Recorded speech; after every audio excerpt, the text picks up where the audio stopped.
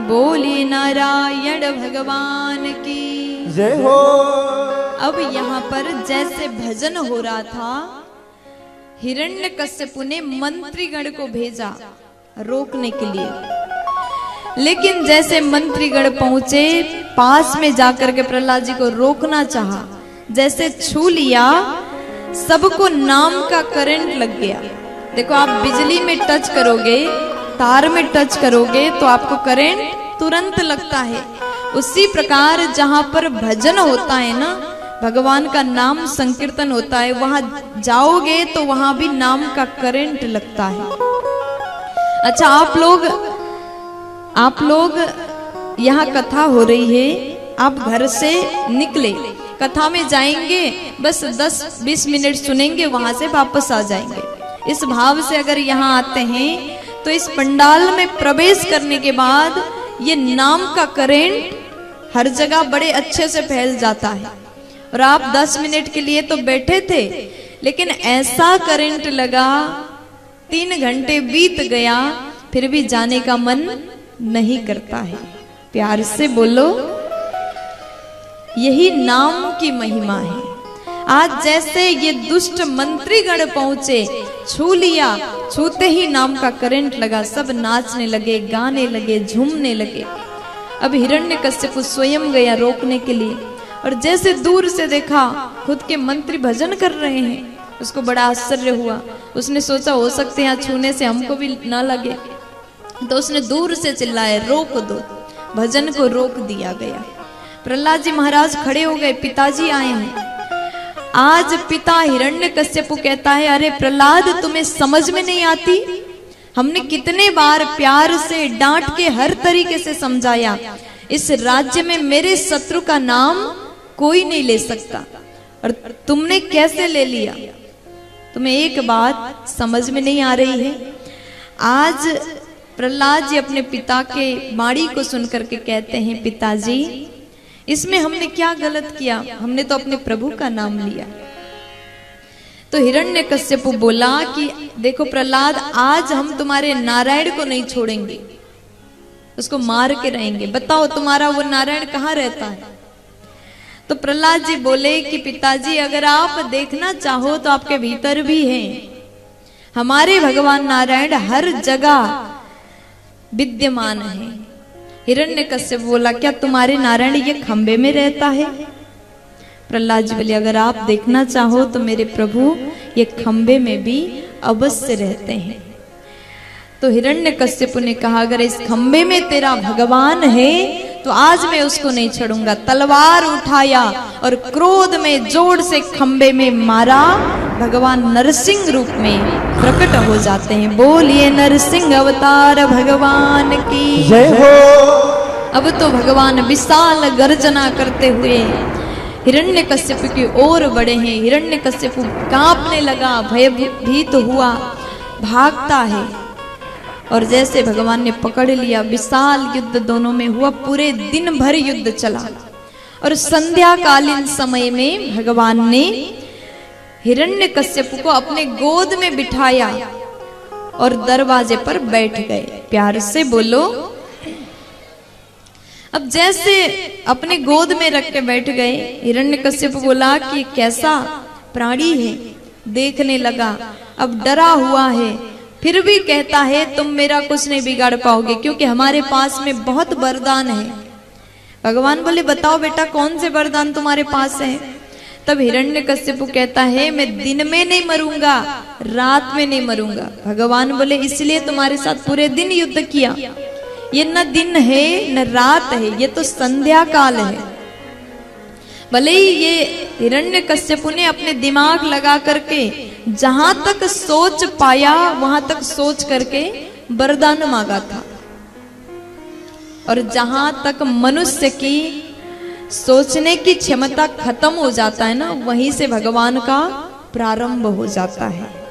भगवान के सामने किसी का नहीं चल पाएगा। हिरण्यकश्यप बोला कि हम दिन में नहीं मरेंगे, रात में नहीं मरेंगे। भगवान बोले, न दिन है न रात है, तो सायंकाल है। फिर उसके बाद हिरण्यकश्यप बोला, मैं बाहर नहीं मरूंगा, भीतर नहीं मरूंगा। भगवान बोले, बेटा न हम बाहर हैं न भीतर हैं, हम बीच में हैं, बीच गेट में हैं, दहलीज पर हैं।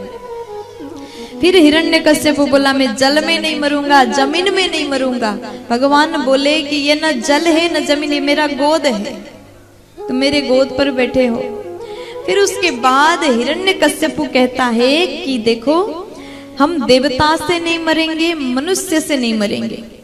फिर भगवान बोले मुझे अच्छे से देख लो, क्या हम देवता लग रहे हैं या मनुष्य लग रहे हैं? हिरण्यकश्यप ने देखा, उनका मुख तो सिंह का है, शेर का है, और शरीर मनुष्य का है, इसलिए नाम नरसिंह है।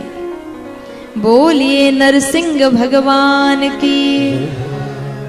अब हिरण्यकश्यप सोचने लगा ये वरदान भी गया। अब फिर सोचता है अब कौन सा बचा। फिर बोला हम शस्त्र अस्त्र से नहीं मरेंगे। भगवान बोले तुम्हारे लिए मैंने नाखून बढ़ाया है, तुम यही नाखूनों से मरोगे। फिर हिरण्यकश्यप बोला देखो हम 12 महीने में नहीं मरेंगे। भगवान बोले तुम्हारे लिए हमने पुरुषोत्तम महीना बनाया। फिर हिरण्यकश्यप कहता है देखो एक वरदान और बचा है। कौन सा? तब ये बोला ब्रह्मा के सृष्टि के किसी भी प्राणी से मेरी मृत्यु नहीं होगी। अब भगवान बोले बेटा ये भी तुम ध्यान से सुन लो, ब्रह्मा जी हमको नहीं, हम स्वयं ब्रह्मा को बनाने वाले हैं, हम वो ब्रह्मा जी के भी पिता हैं।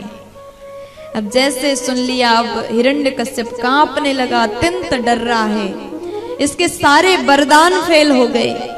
भगवान ने अपने नाखून उठाया, पेट में भगवान ने नाखूनों से फाड़ दिया। इस प्रकार हिरण्यकश्यप का उद्धार कर दिया। बोलिए भक्तवत्सल भगवान की। जैसे हिरण्यकश्यप मरा है, सब कोई बड़े खुश हुए, देवी देवता पुष्प बरसाने लगे, सब आरती के थाली लेकर के भगवान को मनाने के लिए आए, भगवान की स्तुति करने आए। लेकिन सब दूर से देख करके इस विकराल स्वरूप को देखते ही कांपने लगे, भाग गए सब। लक्ष्मी जी को कहते हैं देवता कि मैया आपके स्वामी वहां पर भक्त के रक्षा के लिए प्रकट हुए, अवतार लिए, जाइए जाकर के उनको मनाइए। मैया जी आरती थाली लेकर के गई, दूर से देखा, देखते ही कांपने लगी, थाली वहीं गिर गया, अपने बैकुंठ चली गई। अब सब देवता प्रहलाद जी को कहते अरे प्रहलाद तुम्हारे ही कारण इन्होंने ये विकराल रूप धारण किया है, तुम ही मनाओ। प्रहलाद जी पास में गए, छोटे से नन्हे से बालक हाथ जोड़ के खड़े हैं और भगवान से स्तुति करते हैं, प्रभु आपकी मैं कैसे वंदन करूं, कैसे स्तुति करूं, कैसे मैं प्रार्थना करूं, हमको समझ में नहीं आ रही। भगवान देख रहे हैं, अपने बाल भक्त को देख करके भगवान प्रसन्न हो गए।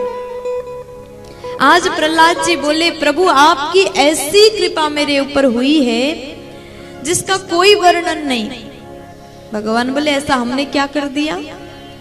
तो प्रहलाद जी को भगवान ने गोद में रखा है और जिस प्रकार एक गाय अपने बछड़ा को प्यार करती, चाटती है, उसी प्रकार भगवान ने प्रहलाद जी को प्यार किया। प्रहलाद जी बोले कि प्रभु आपने जिस प्रकार हमको प्रेम दिया वैसा प्रेम तो किसी को मिला नहीं होगा। प्रहलाद जी ने बड़े अच्छे से स्तुति किया, प्रभु आपकी कृपा हमेशा हमारे ऊपर इसी प्रकार बनी रहे। और प्रभु एक और प्रार्थना, भगवान बोले बेटा वरदान मांगो।